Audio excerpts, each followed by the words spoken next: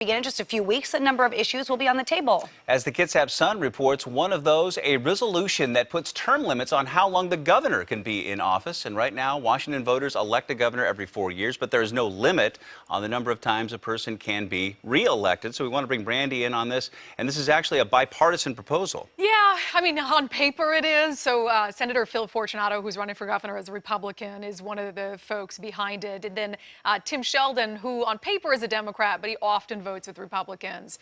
He is the other person who has signed on to this. So this was like a pre-filed proposal. I'll pull it up for you. It's very short. That's all there is to it.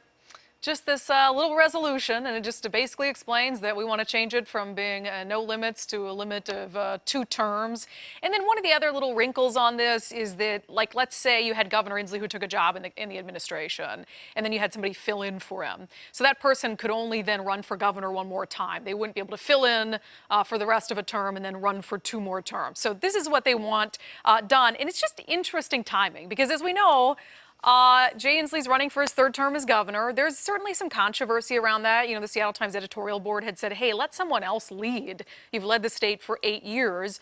But, you know, there's nothing saying that he has to give up after 2 terms. So here he is seeking a 3rd. And one of his political opponents in the upcoming election is now proposing that in the future they stop people from doing this, because I think it's important to note that this would have no impact on Jay Inslee, in case you're curious, running for governor. So even in a universe where this were to become law, you know, the election that's happening right now wouldn't be impacted by it. So it'd be in the future, somebody running for governor could only serve 2 terms. Okay, so you said this in a world where this actually passes. Yeah. So is there a certain feasibility? Could this pass? So this would have to be done through constitutional amendment. And of course, anytime that you amend the state constitution, it's a difficult thing to do, and there's a reason for that. So essentially what would have to happen is you'd have to have a 2/3 majority vote in both the House and the Senate, and then it would have to go to voters to be approved by voters. Now, I do think there has been, not only, you know, here, but nationally, kind of an appetite for term limits, to say you go in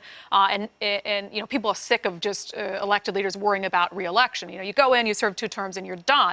So whether voters would pass this, I mean, they've done it before, so that's a possibility. But given the fact that you have Senator Phil Fortunato behind it and Tim Sheldon, I doubt it gets very much traction in Olympia to the point where it would even get to the floor for a vote. So a really high bar to amend the Constitution, as it should be, but just interesting timing with this proposal and the governor trying to get another term. And hey, if he wins, he could just keep running and running if he wants to. As long as they don't pass that legislation. Well, you know, be for future governors. Yeah, correct. Yeah. All right, Brandy, thanks. Yep. All right.